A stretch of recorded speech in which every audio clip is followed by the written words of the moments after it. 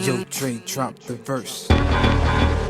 It's going down, fades of Black Street. The homies got at me, collab creations, bump like agony, no doubt. I put it down, never slouch. As long as my credit can vouch, a dog couldn't catch me, say out. Hello there, and welcome back to the Debunking China podcast. 大家好，各位朋友好。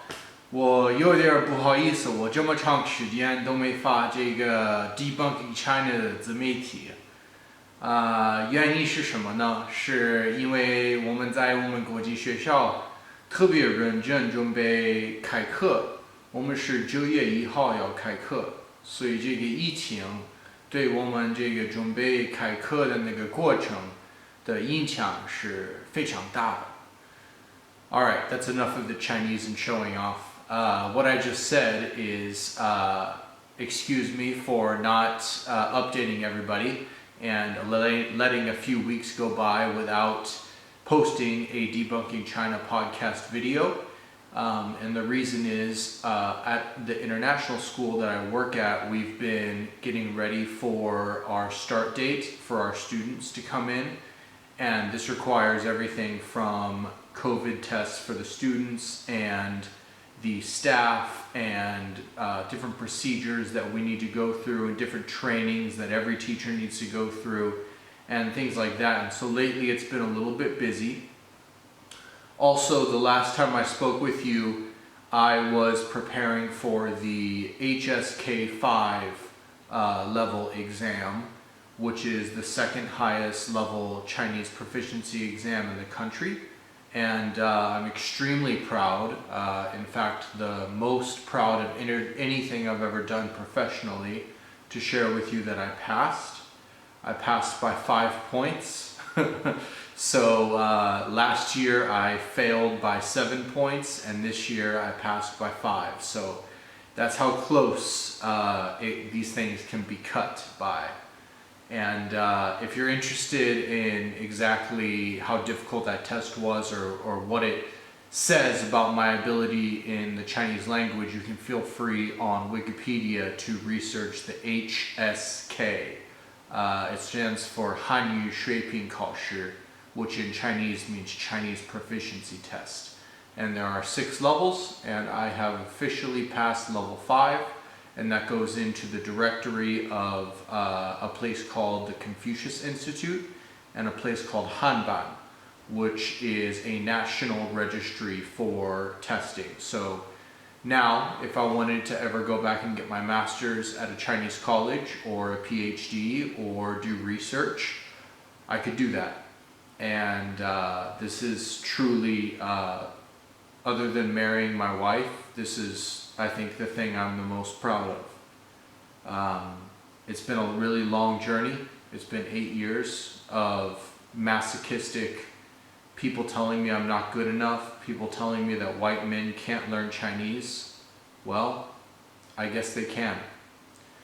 So I'd like to start a series here on the Debunking China podcast where I lecture for a few minutes about a topic.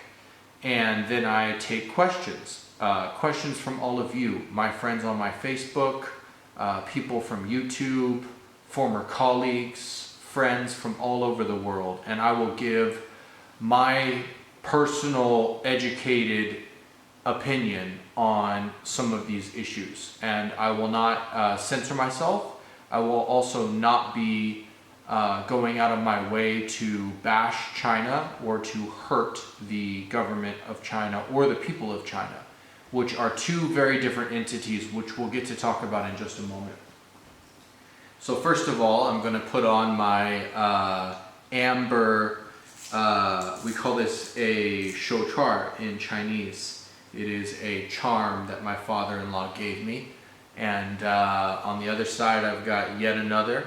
So I decided lately that I'm going to lean into the East meets West aesthetic when it comes to what I wear and how I present myself, because at a certain point you are who you are and you got to kind of lean into who you are. And so I've reached that point in my life. I've reached a proficiency level in the Chinese language and an understanding of the culture that I think warrants me qualified and valid to be able to dress in suits with an Asian cut on the collar and to wear these different charms and things like that. You'll also notice that I have an American brand watch as well, so I'm definitely not missing the Western part of my personality and my identity.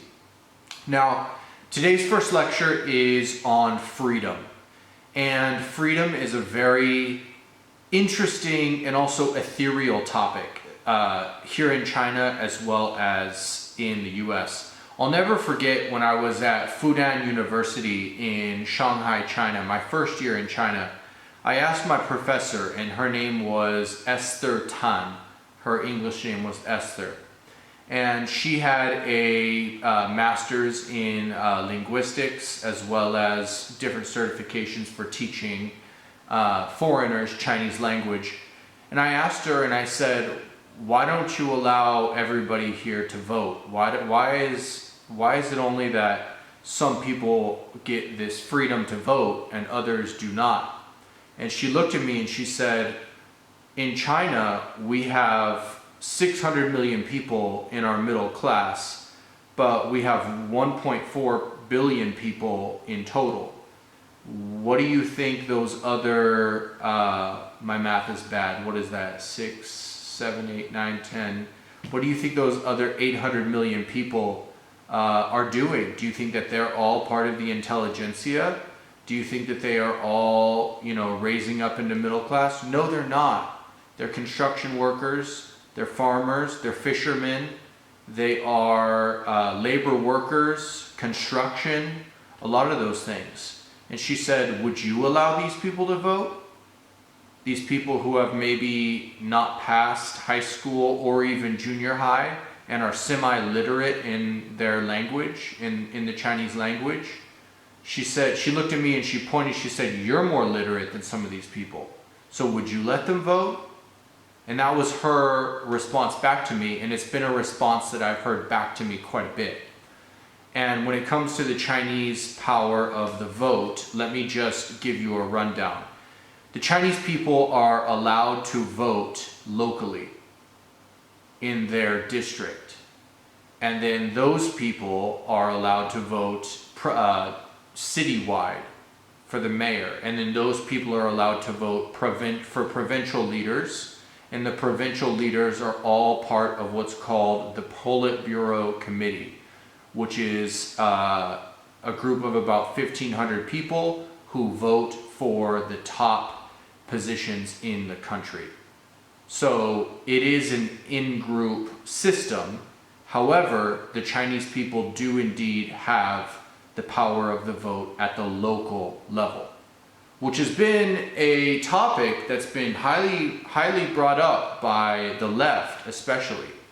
I mean, do you think that when we go here and vote in November that your vote really counts, especially with the Electoral College? Wouldn't you think that a local vote would count a lot more than a national vote? We seem to have this euphoria about voting for our presidents, when in reality our vote is a drop of sand in the ocean. And I think that their idea of being able to vote locally is a very good one. There are campaigns locally, there are town hall meetings, there are different methods with which local leaders use to garner votes from people.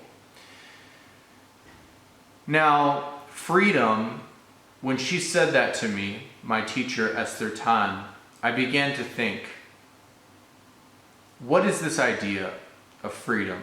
I brought it up here on my laptop, and the Webster's Dictionary defines it as, let's see here, I might have just deleted it. Here we go. The power or right to act, speak, or think as one wants without hindrance or restraint. To act without hindrance or restraint. So does that include pedophilia? Does that include buying assault rifles and putting them in a hotel room in Las Vegas and murdering over 50 people? That's acting without restraint. Is it not? Most of the foreigners here in China that I know felt like they grew up with too much freedom. And I know that it sounds very strange to hear that, especially from an American. It sounds strange coming out of my mouth because we are the land of the free and the home of the brave, full stop. However, I ask you, I implore you to question yourself. What exactly is freedom and how far should it go? Obviously, we do not allow or tolerate pedophilia. Obviously, we do not allow or tolerate murder. Obviously, we do not allow or tolerate many things. So, is it freedom light? Is it freedom with certain restrictions? That's the part that I can't understand.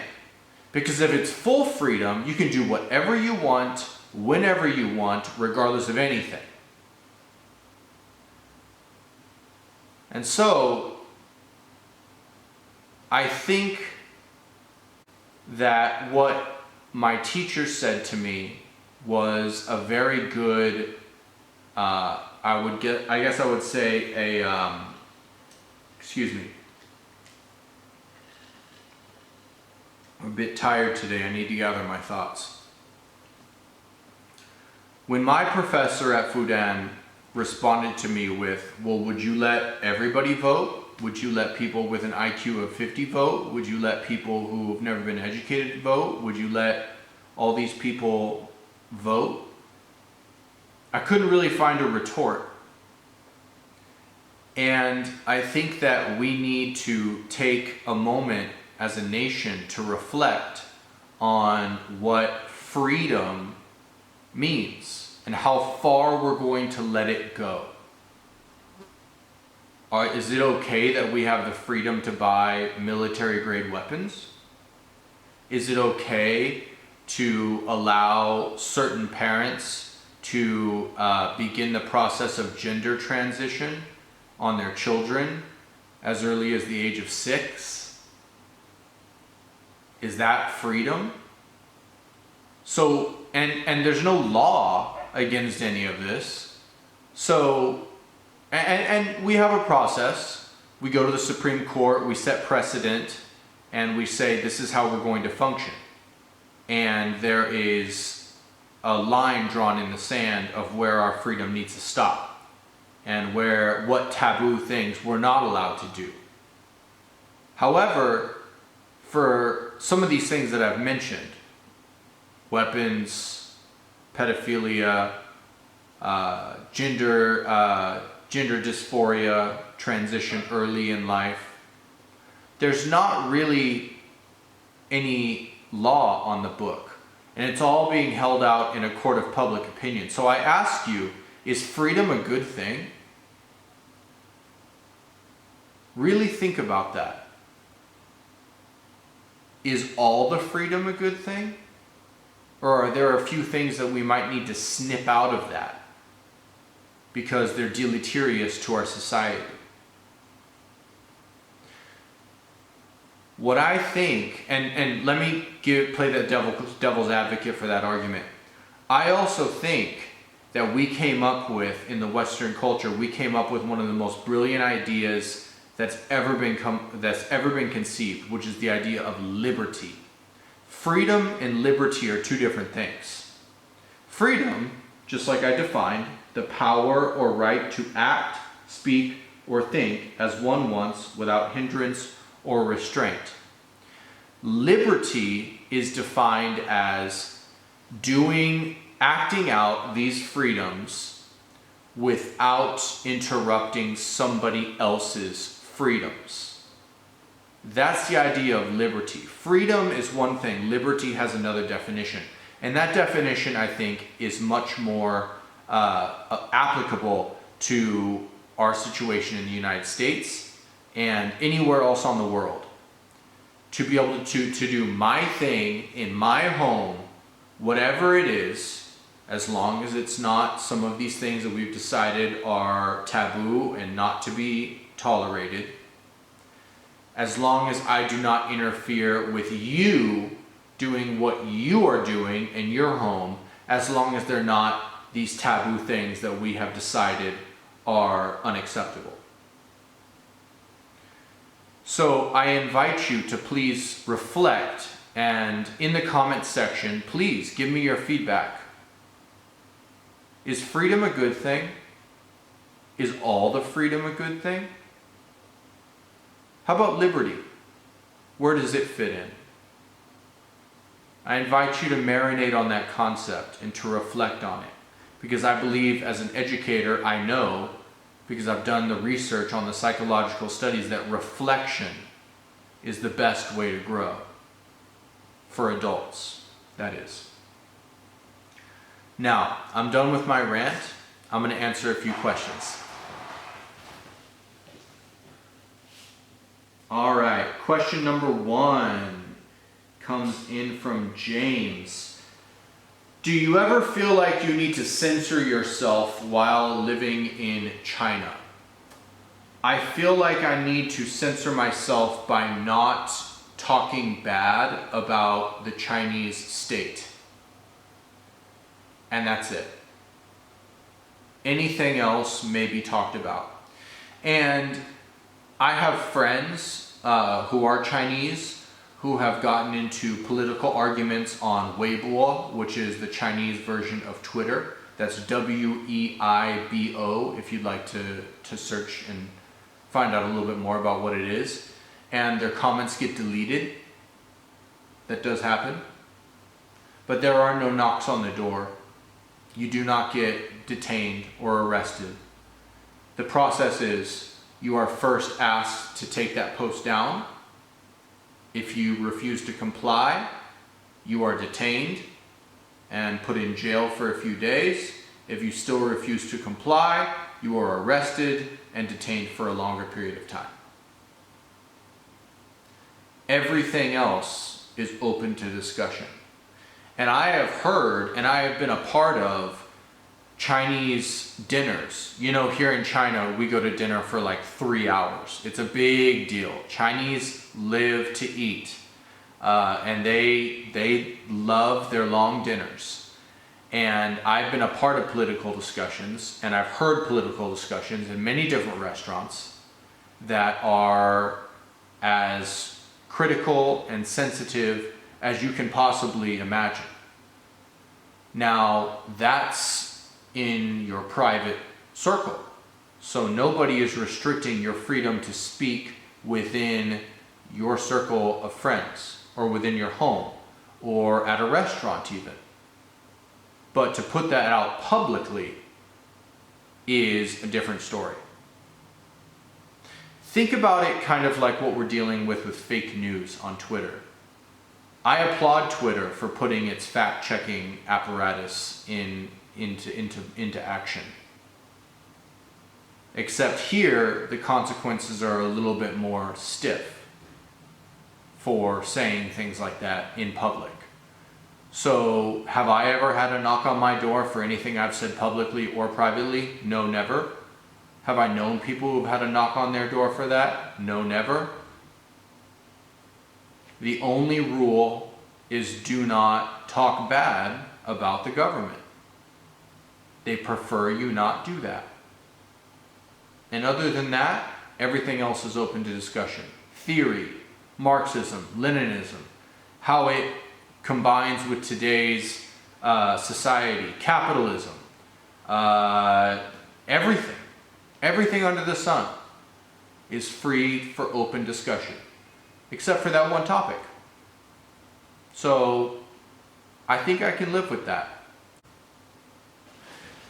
Question 2 is, do you or the citizens have any fear of repercussion for speaking up against the government? And I think I just touched on that on the first question, that there is an escalation policy where they will either take that post down or they will ask you to take it down, and then if you refuse, then they will detain you for a short period of time, and if you still refuse, then they will detain you for a long period of time. So, not really if you're smart, I would say. But some of these people that you're seeing on your Western media outlets are these renegade journalists who are willing to sort of become self-martyrs to sully the name of China and continue to refuse to take down anything that they say or they write that is anti-China. And to me, if you're going to do that, don't be in China. Go somewhere else. I think these people are attention seeking, and I think that these people want to just be a martyr because that is one of the human instincts. Question number 3, what is the Chinese state-run media like? Do you trust the information being released? This is a really interesting one because do I trust the information being released? No, not all of it. As do I not trust the US media and all the information that's being released. The other day I hopped on Hulu and I parried back between CNN and Fox, and I couldn't find a fact anywhere. It was all op-eds. The only person who had a fact was Rachel Maddow on CNN, and she only began with a fact for about 2 minutes and then ran an op-ed for about 30. So I don't know where you people get your news these days, but I can tell you that I go to Google News, which is a news aggregator of all of the news sources, and I triangulate to try to figure out, okay, what is the fact of what happened today? Because it is Orwellian but true that we are now living in a post-fact era.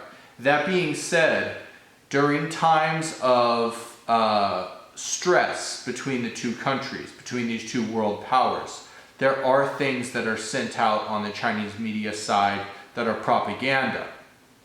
And they're obviously propaganda, and I believe that intelligent Chinese see it like that. And I believe that unintelligent Chinese don't see it like that. Should sound pretty familiar to any American out there. On the other hand, I was waking up about a month or 2 ago, I can't remember exactly when it was, and my wife was already awake, laying in bed, and said, "Oh my goodness, did you see that they set the Minneapolis police station on fire?" And I had no idea about George Floyd. I had no idea about any of the riots or any of the racial tensions that were happening. I had just not looked at my Google News in 48 hours. I got busy with something. I was working on something. Maybe I was on my treadmill trying to lose weight. Maybe I was practicing boxing. Maybe I was playing with my dog. But the Chinese news media certainly works very, very quickly. And I'm very surprised with how fast a lot of Chinese, what we call netizens, citizens on the net, netizens, know things about what's happening in America that really doesn't have too much spin on it. And it comes out almost immediately when it happens. And so I will get pressed with questions from, I live in a Chinese neighborhood, I'll get pressed with questions from older people in China about something that I didn't even know because I hadn't looked at my Google News in a day or two. So they are extremely fast at delivering the news. Is it all purposefully propaganda? No. Are they trying to play up the fact that America is a dangerous place? Yes. Because China doesn't have guns and America does. They are doing exactly what we are doing by pointing out the sort of dark parts of each country. And I wouldn't say that it is any more propagandized than what we are being fed right now in the US. And I truly mean that. I do not think it's more propagandized than what I see on the US news. And I do watch the US news sometimes. But when I have to tell you, when I turn on Hulu and I go back and forth between CNN and Fox, I can't last 30 minutes because there's not a fact that's being said. There's just opinions and political war happening. So I think that answers that question. What are my opinions on the Great Firewall? Do you think that it's right to censor the public's ability to acquire information? I have another anecdote for this. When my father-in-law, who is 45 years old, first came to America for the first time, he got his US SIM card. And he was very, very interested in going onto YouTube and seeing different channels that were dissidents of China, to be able to just hear their point of view and hear what they were talking about. Now, my father-in-law is unfortunately a chain smoker. He's one of those people who's just never gonna quit. And he sat out on our back deck of our home in Phoenix, Arizona, and he sipped his tea and he smoked his cigarettes, about a pack or two a day, and he had YouTube open and he was listening. And he would lay down on our outdoor patio furniture. Almost exactly 3 days in, he sits up and he looks at me and he says, "Well, these people also have biases too." And I said, "Yes, you're finally getting it." I call him Dad. I said, "Dad, you're finally getting it. Everybody has a bias. Everybody." And so your exposure to what they're saying was a perfect microcosm for seeing that everybody has a bias about everything. You never truly know something until you go to the place and you experience the place and the people and the culture. You just don't know. And the rest of it is, frankly, brainwashing. So what do I think about the Great Firewall? VPNs are not explicitly illegal in Chinese law. They are not mentioned. And certain enterprises, like, for example, high-tech companies, automobile factories, institutes of education, are allowed enterprise VPNs, where they are allowed to bypass the Chinese firewall and are allowed to all the information that they'd like. So a VPN is very easily found by the Chinese people if they so choose to find it. They are not being restricted in any way. It is there for them to use if they'd like. Next question comes from August. Do you think the Chinese government as a whole truly advocates for the ideology of Marxism and Leninism? No, I don't. I think that they have used Marxism and Leninism as a springboard to create what they call, and you can look this up, socialism with Chinese characteristics. They have a party that is called the Chinese Communist Party. However, if you were to ask a Chinese intelligentsia, they would tell you that they are socialist and they live in a socialist command economy.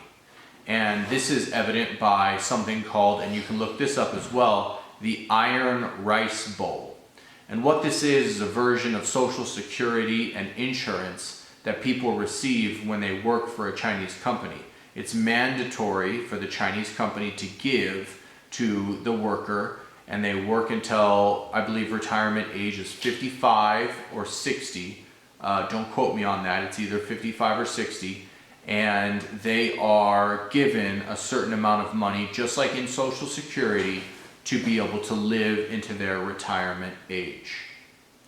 This is a socialist practice. It is not a communist practice. And the difference between Marxism and Leninism is Marxism talked about the difference between the bourgeois and the proletariat. There is no bourgeois and proletariat here in China. In China, this is a unified culture.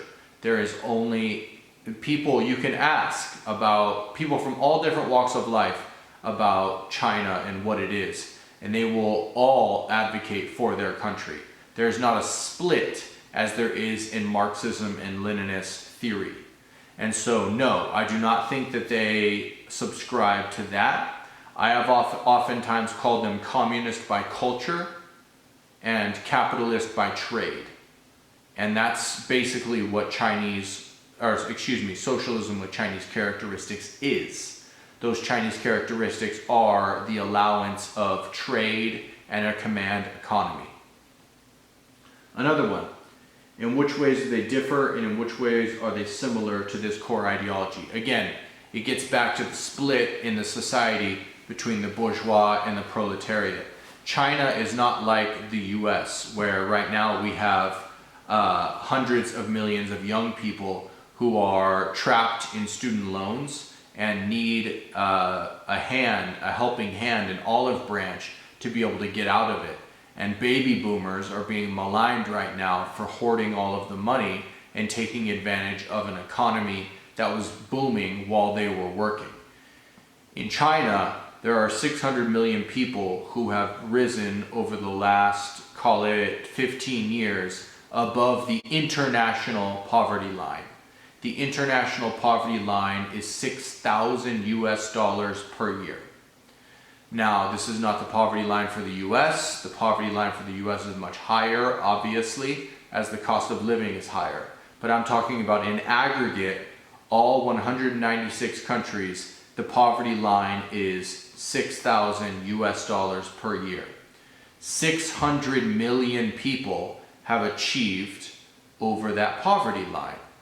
And so now what they're trying to do is they are trying to employ the people who have slipped through the cracks and who have not been able to enjoy this wealth. And this comes from the One Belt and One Road initiative and different economic initiatives that they are going to implement, which we can talk about next time. But this is the main difference between Marxism and Leninist theory and socialism with Chinese characteristics, is that China is a country of unification. I would say that America is a country of dialectic, right versus left, always hovering somewhere in the middle. But China is a country of unity. 1.4 billion people stepping in line, step by step together. And that's where it's different. That's all the questions that I have today. I hope you enjoyed today's podcast. I'll be continuing this series, lecturing a little bit on a topic and then answering a few questions. Please hit subscribe at the bottom, and please do write your questions in on YouTube, or you can always write them in to me personally at the Debunking China Podcast at gmail.com. Once again, is it the, or is it just debunking? Let me find that out. The web address is